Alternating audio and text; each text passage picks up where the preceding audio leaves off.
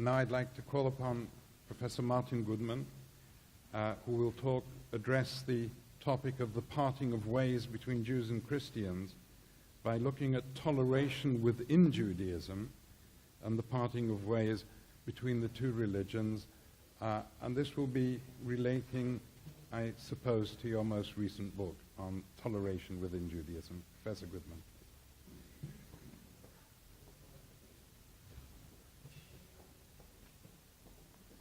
There's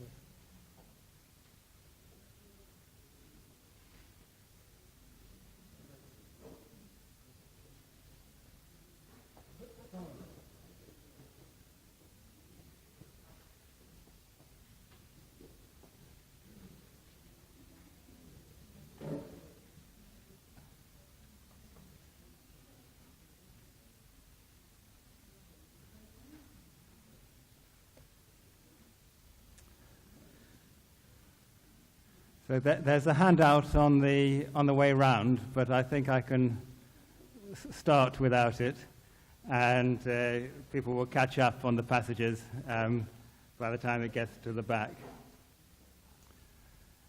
The extent of variety within late Second Temple Judaism at the time of the origins of Christianity is something of a truism, widely recognized both within the rabbinic tradition and within the Greek Jewish tradition that was preserved by the early church.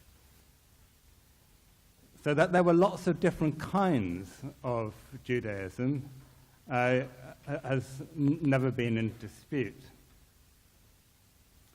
The question of the relations between those types of Judaism, though, does come out differently in different sources. So people will be familiar from within the rabbinic tradition of the notion that it was the very existence of different kinds, 24 types of minim, according to the Yerushalmi, that is one of the causes of the destruction of the Second Temple.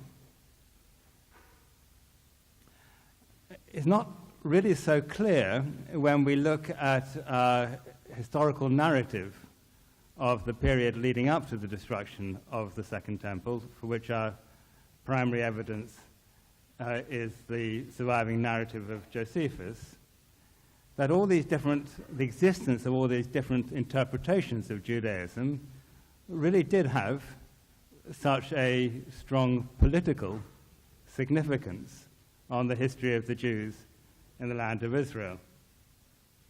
And in many ways, what is more striking is the way in which these different types of Judaism coexisted within a single polity and rubbed along together, not necessarily happily, but effectively.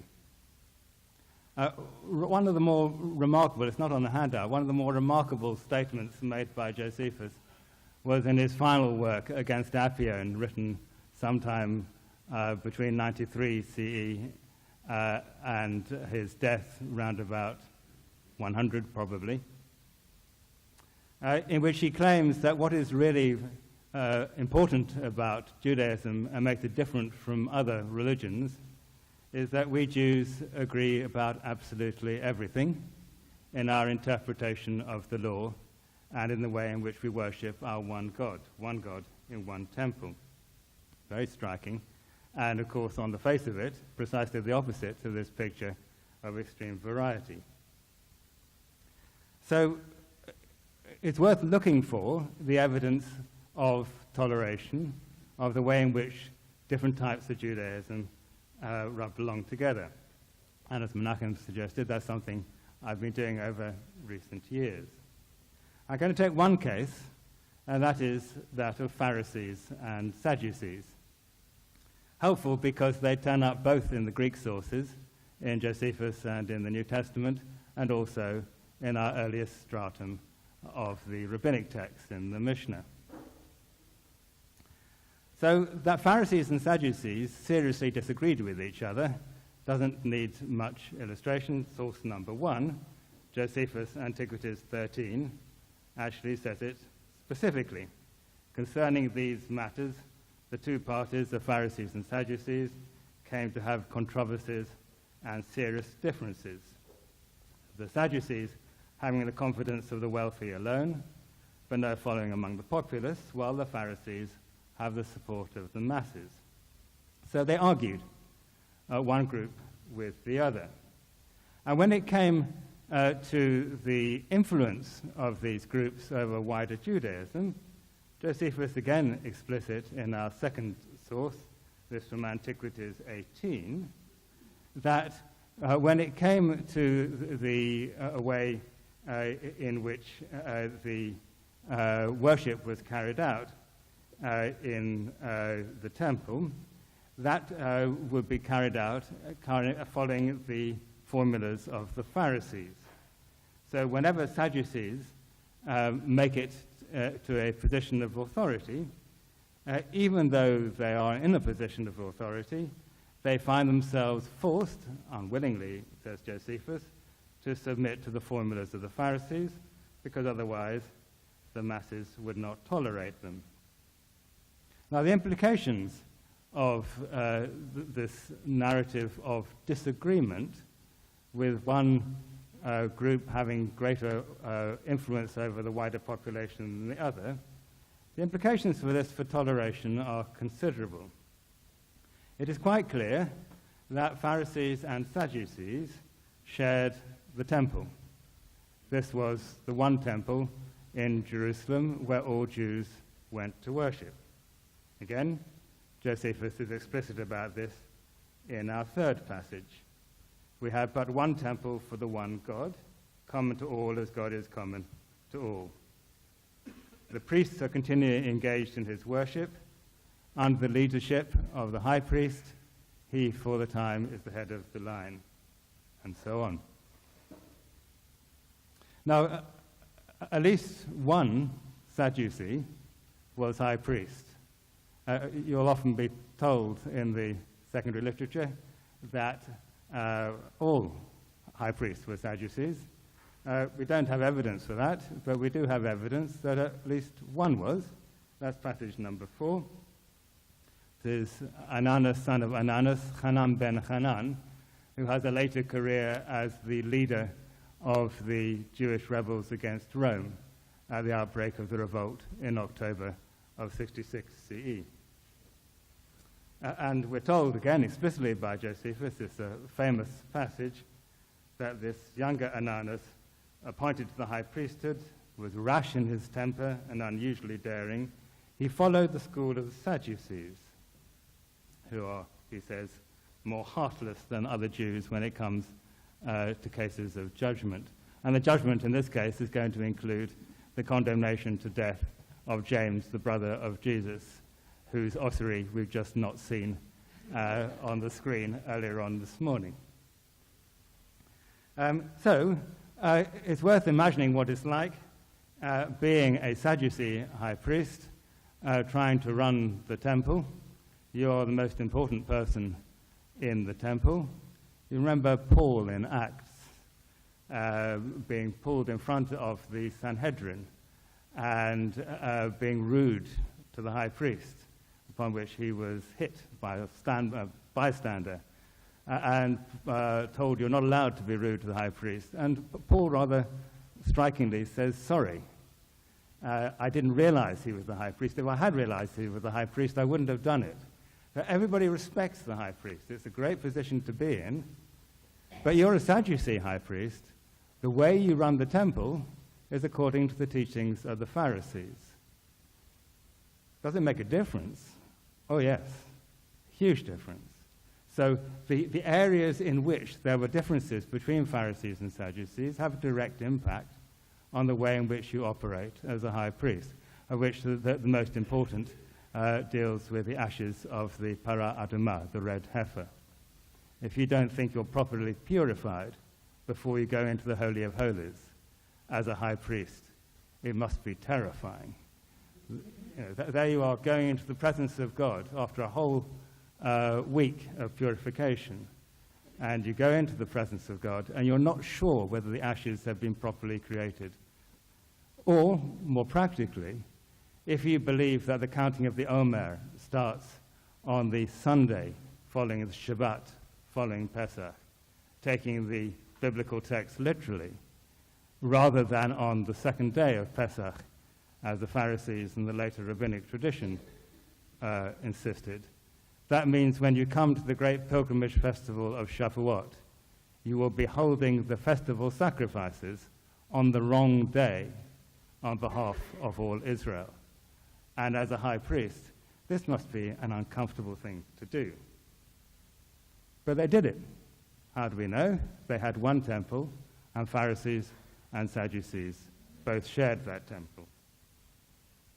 So we have a highly varied picture of Judaism in which different groups coexist. I'm not suggesting they're all happy about it. Actually, we're told rather explicitly they're not happy about it, but they don't fight. Not that we know of. It doesn't seem to be violence. You don't attack a Pharisee because he's a Pharisee if you're a Sadducee, or vice versa. Among other things, you could swap from one position to another. Josephus tells us of his own teenage years, that he went through the different groups. So you try out being a Pharisee or a Sadducee or an Essene. That's what he says. He may be exaggerating. He doesn't give himself enough time to become a full Essene, according to our information about the Essene incubation period. But the general principle that you can move from one type of Judaism to another seems to be taken for granted. And that should have been the greatest significance of the find of the Dead Sea Scrolls in 1947, was to tell us not just more about a particular type of Judaism, namely, in most scholarship, Essenes, but to tell us that there were more types of Judaism than we'd ever guessed before, and of impressive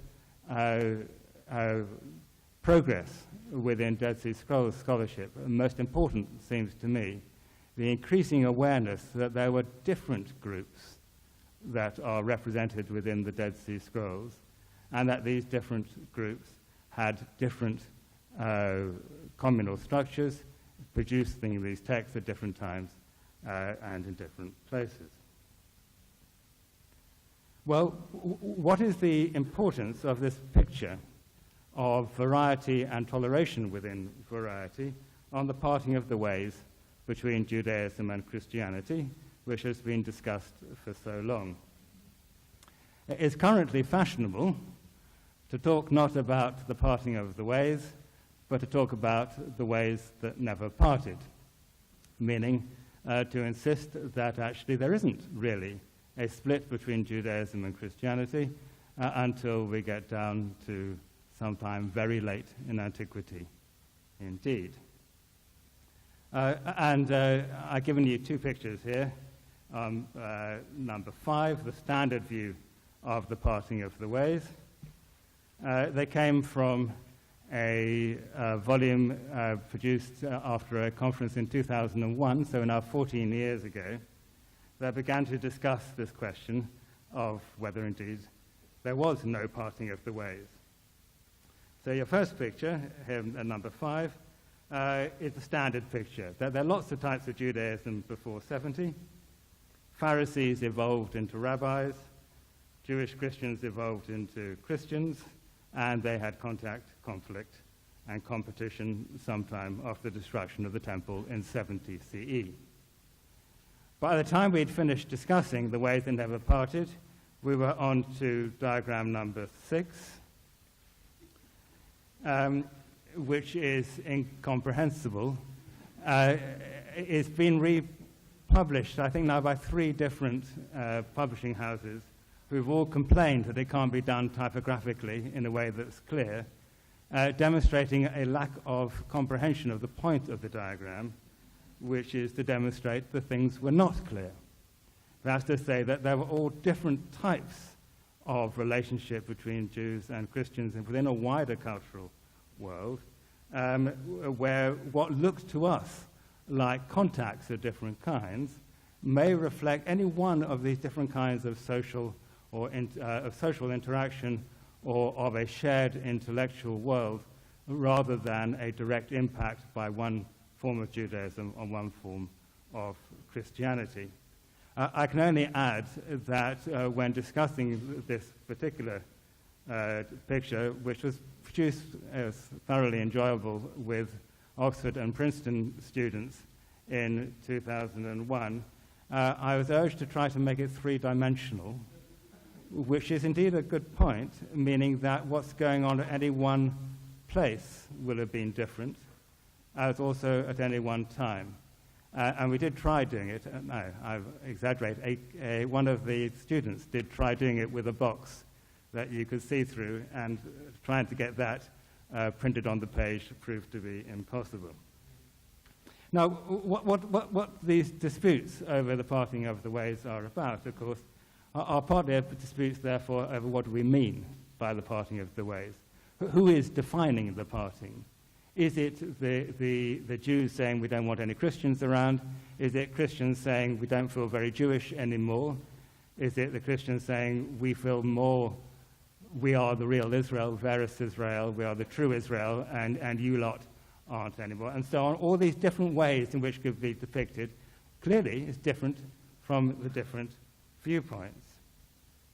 And one result of that, and this is picture number 7, the disputes over the date and causes of the parting.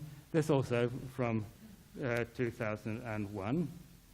I went to a conference in Durham in 1992, which was called The Parting of the Ways, jointly held by the Universities of Durham and Tübingen. And I was asked to talk about Judean diaspora relations between 70 and 135 on the grounds that that's when Judaism and Christianity parted. I was very obedient. I did what I was told. But the Tübingen colleagues who turned up, Professor Hengel, Martin Hengel, the great sort of father of our field in many ways, announced that the parting of the ways obviously happened with Jesus. Stuhlmacher, also from Tübingen, said it happened with Paul. A number of colleagues decided it happened after Bar Kokhba, and Philip Alexander from the rabbinic end announced that it happened sometime after Constantine, so after 312. So very different dates. All of these reflected in this picture here. Again, it depended what you meant by the parting of the ways. And one reason why you get different pictures from the Jewish material and from the Christian material is that our Jewish material after 70, or more precisely after about 100 CE, is entirely rabbinic, or more precisely, entirely preserved through the later rabbinic tradition, whether it was rabbinic in its essence originally or not. We've lost all the Jewish Greek writings which there must have been between the years 100 and 600 CE. We know there were Jews writing in Greek. We don't have their writings because Christians stopped preserving them anymore. And so we end up with what is really a contrast between a rabbinic self-depiction and a Christian self-depiction, with very different interests between the rabbis and the Christians. So following on from our last talk, what the rabbis are doing are essentially trying to define what it is to be a good male rabbinic Jew, and everybody outside is sort of outside, minim, or maybe goyim. By contrast, Christians were trying to decide who they were, and it's one of the more extraordinary facts about the spread of early Christianity in the early Roman Empire, that there could have been such extraordinary success for a new religion that didn't even know exactly who they were worshipping. Now you compare that to the spread of other religions like Mithras from the end of the 1st century CE. At least they knew exactly what they were up to. They debated precisely how they should worship. They knew who they were worshipping. Christians didn't, of course, down to the time of the Council of Nicaea, and in many respects, beyond. And so for Christians, it was immensely important to define what they weren't, and so to define out heresies. So you've got the picture in section number 8 of what I call proto-Orthodox Christians, for want of a better term, constantly worried about their boundaries. Now, how's one to get beyond these different depictions from these different groups with the help of the notion of a wide variety of Judaism, certainly up to the time of the destruction of the temple, and as far as we know, well beyond. And that's an important addition. As far as we know, there went on being Pharisees, Sadducees, and Essenes way down into the rabbinic period. Just because the rabbis don't talk about them doesn't mean they weren't there. If that's the case, then the explanation of the division between Judaism and Christianity can't come down to theological differences. The degree of difference within different varieties of Judaism is so extreme when we look at the different kinds of Judaism we have reflected in the Dead Sea Scrolls. If you look at the extreme differences between Pharisees and Sadducees in the relationship of God with the world, with the notions of life after death, it's very difficult, in fact, can't do, I should say more carefully, it's extremely difficult to see why theological differences between Judaism and Christianity should lead to Jews saying, these Christians just simply can't be Jews any longer. So, better to look for social or political reasons for the separation. And here I want to suggest an explanation that comes not from Jewish self-definition or Christian self-definition, but from outside, from definitions by the wider Roman state in which both Jews and Christians were living during these early centuries. It's very striking that pagan views on the relationship between Judaism and Christianity uniformly see Christianity as a new religion rather than as a type of Judaism within those texts that are preserved not through the Christian tradition. So if you look at what the New Testament depiction of pagan views of Jews and Christianity, of Jews and Christians, they see these early Christians as types of Jews. But if we look at Pliny or Tacitus or at later classical writings about Christians, they see the Christians as a new group. Passage number 10, Pliny, presiding at trials of Christians, talks about these Christians at some length. He wants to know what he's meant to do about them, how should he punish them. And the answer is, it's not clear they're doing anything very wrong. He can't find any bad behavior. All they do is they meet on a certain fixed day before morning and sing a hymn to Christ as to a God. And the notion that what Christians do is to worship Christus is uniform in the pagan texts.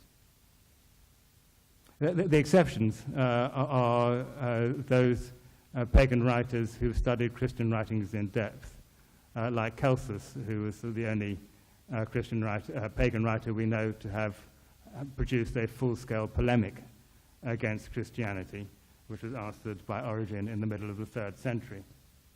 Or the Emperor Julian, who'd been brought up as a Christian and therefore knew exactly how to hit Christians where it hurt when he became emperor and announced himself as reverting to paganism. So these pagan writers all see Christians as something different from Jews. They're all writing after the year 100. And what I want to suggest is that there was a change at the end of the 1st century in the way in which the Roman world saw Christians and Jews. And the change is something that I'd written about in the late 1980s, but for some reason failed to notice had any relationship to what I was doing in 2001. And therefore, it's not on handout number 7, where we have suggested dates of separation. It's the events of the year 96 CE. After the destruction of the temple in Jerusalem in 70, the Roman state imposed upon all Jews a tax of 2 denarii to be paid to the temple through Rome for the rebuilding of the temple of Jupiter Capitolinus in Rome, as a replacement for the contribution to the temple of Jerusalem that had been paid by adult male Jews up to that stage. This tax continued to be paid down to at least the mid-3rd century CE and probably the mid-4th century. There seems to have been a change in the way in which the tax was administered after the year 96 CE. The change was brought about through the concerns of ordinary people in the city of Rome, including almost certainly non-Jews, at the ruthlessness in the way in which the tax was being exacted during the 80s and early 90s CE by the Emperor Domitian, the younger son of Vespasian, the younger brother of Titus, who destroyed the temple. The depiction by Suetonius in his Life of Domitian, this is passage number 11, is of an old man at the age of 90, who he, Suetonius, as a youth, had seen being hauled in front of a court in the city of Rome and stripped naked to find out whether he was circumcised and therefore ought to pay the tax. The implication is that you were required to pay the tax if you'd been born a Jew, even if you no longer wanted to be Jewish. In the year 96, after the assassination of Domitian, the new Emperor Nerva issued a series of coins, and the inscription here is number 12, about the removal of the malicious accusation brought by the Treasury for Jewish affairs. These coins are issued in numerous issues, 4 different issues, during the 2 years of Nero's reign in the city of Rome, clearly dealing with a serious problem within the city. But the tax didn't disappear. So it went on being taken, but what it was taken from were from those Jews who continued to practice their Jewish practices. So you knew you were Jewish if you declared your Jewishness to the Roman state. In return for declaring your Jewishness and paying the tax, you were not required to worship the pagan gods. That's, in the eyes of later Christians, a great privilege. Christians who did not worship the pagan gods were treated as, so to speak, apostates from pagan religion.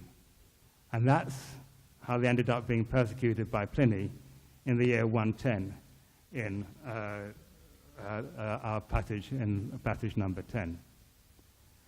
So, after 96, if you were Christian, you had to decide whether you wanted to be Jewish or not. If you were going to be Jewish, you had to tell the state. We don't actually know who produced the lists that went to the state. Did you go to a local Jewish community and say, I want to sign up? Did you go to the tax collector and say, me too? It can't be that easy, because the penalty for being Christian was not go and pay the Jewish tax. The penalty for being Christian in the eyes of Roman magistrates was to be hauled up in front of a court and then put to death in horrible ways described in the Christian Martyr Acts. So it seems to me that we may have here something of a crunch point for Jews within the Roman Empire and Christians within the Roman Empire, the point at which you needed to decide whether or not to identify with the wider Jewish community, when Christians too had to make their decision, and many decided that they were not Jews.